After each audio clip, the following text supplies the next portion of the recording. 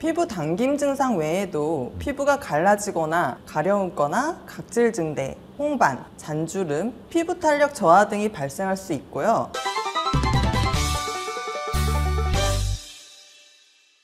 안녕하세요. 세대막론 남녀노소 모두에게 유익한 뷰티 안티에이징 의학 정보를 제공하는 모두의 의사 닥터찬 박동찬 닥터연 이하연입니다. 원장님은 굉장히 동안 소리 많이 들으시잖아요. 동안 피부 유지 비결이 좀 있으신가요? 제 동안 피부의 비결은 첫째도 보습, 둘째도 보습, 셋째도 보습이에요. 역시 보습이 정말 중요하죠. 쉬운 것 같으면서도 가장 어려운 게 이 피부 보습 관리잖아요. 그래서 오늘은 이렇게 동안 꿀피부를 자랑하시는 우리 닥터연 이하연 원장님과 어떻게 이게 효과적으로 피부 보습을 할 수 있는지 그 방법에 대해 알아보는 시간을 갖도록 하겠습니다.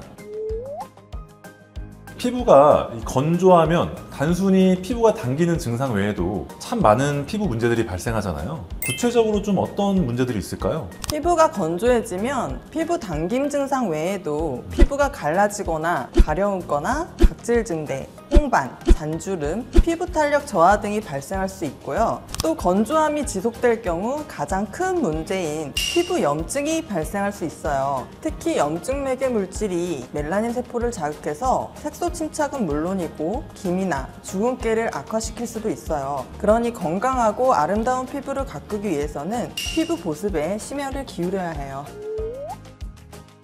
피부 보습이라는 도대체 구체적으로 이제 어떤 걸 말씀하시는 건가요? 피부 보습이란 피부에 수분을 보충하고 유지해줘서 건강한 피부 상태를 유지하는 과정을 말해요. 이때 수분 공급은 충분한 수분의 섭취와 수분을 공급하고 유지하는 데 도움을 주는 성분들을 경피에 직접 적용해주는 것을 말하고요. 수분 유지는 피부 표피의 피지막과 각질층의 피부 보호막을 강화하여 피부 본연의 천연 보호인자와 경피로부터 공급된 수분의 증발을 막아서 밀폐하는 것이라고 이해하시면 돼요. 그러면 피부 보습을 위해서 집에서 할 수 있는 관리 방법에는 좀 어떤 것들이 있을까요? 집에서 손쉽게 할 수 있는 피부 보습 방법으로는 충분한 수분 섭취를 비롯한 균형 잡힌 식습관, 실내 습도 조절 등 다양한 방법들이 있는데요. 이런 당연한 방법 외에도 특히 세안과 보습제 사용에 주의를 기울여 주셔야 해요. 우선 세안 시에는 뜨거운 물 세안이나 계면 활성제가 많이 들어있는 세안제의 사용은 자칫 피부 보호막을 파괴해 보습력을 떨어뜨릴 수 있으니 삼가해 주시는 게 좋고요. 약간 미끄덩한 느낌의 약산성 클린저를 이용해 세안을 해주시는 게 피부 지질막을 유지하는 데 도움이 됩니다. 알코올이 다량 함유된 토너로 닥터 흡토를 하실 경우에는 피부의 보습력을 떨어뜨릴 뿐만 아니라 민감성 피부이신 분들에게는 자칫 피부에 자극을 줄 수 있으니 피하시는 게 좋아요. 그리고 보습제 사용이 매우 중요한데 보습제를 사용하기에 앞서 보습제 역할에 따른 구분을 이해하실 필요가 있어요. 보습제에는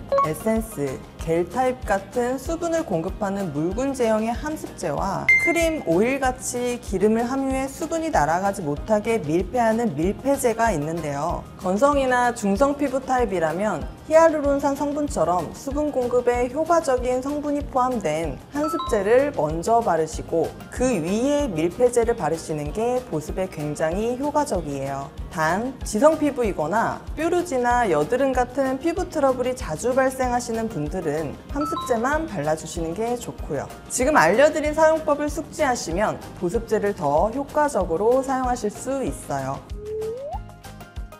이거 궁금해하시는 분들이 참 많을 것 같아요. 여성분들의 경우 좀 메이크업을 남자보다는 좀 많이 하시잖아요. 메이크업을 한 상태에서 그 위에 보습제를 덧발라도 괜찮을까요? 사실 여성분들이 베이스로 많이 쓰시는 파운데이션이나 쿠션에도 수분크림과 비슷한 보습제 성분이 들어가 있기 때문에 피부가 건조하신 분들이라면 메이크업한 피부 위에 보습제를 덧바르셔도 무방해요. 단, 메이크업 위에 보습제를 덧바르실 때는 너무 오일리한 제품보다는 가벼운 텍스처의 수분 제품을 쓰시는 걸 권해드려요. 그래야 메이크업이 들뜨거나 번들거리지 않게 바를 수 있거든요. 또 메이크업한 피부 위 보습제 적용 시에는 보습제를 문질러서 바르기보다는 피부에 잘 흡수되도록 살살 톡톡 톡톡 두드려서 흡수시켜주면 화장 범짐 없이 깔끔하게 바를 수 있어요. 살살 톡톡 이것도 좀 중요한 포인트군요. 네, 톡톡. 그리고 피지 분비나 유분기가 많은 지성 피부이신 분들은 굳이 보습제를 덧바르지 않는 게 좋습니다.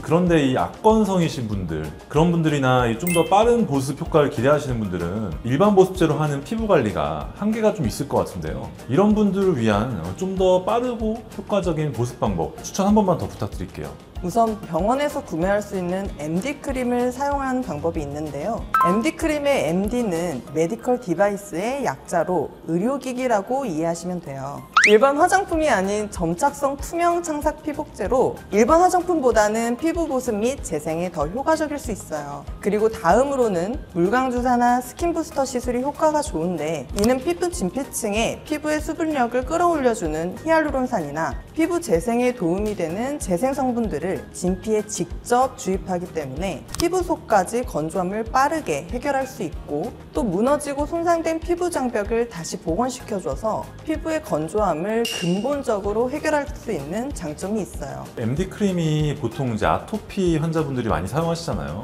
그런 보습제를 사용하는 것도 굉장히 좀 좋은 방법이긴 하네요. 오늘은 우리 닥터연 이하연 원장님과 함께 피부 보습의 중요성 및 효과적인 보습제 사용법, 그리고 보습 방법에 대해서 자세히 알아보는 시간을 가져보았는데 어떠셨나요? 오늘 이하연 원장님이 정말 많은 이런 꿀팁들을 알려주셨는데 잘 적용하셔서 항상 촉촉하고 건강한 피부 관리하시길 바라면서 다음 영상에 더 유익한 내용으로 찾아뵙도록 하겠습니다. 구독, 좋아요 알림 설정 부탁드려요.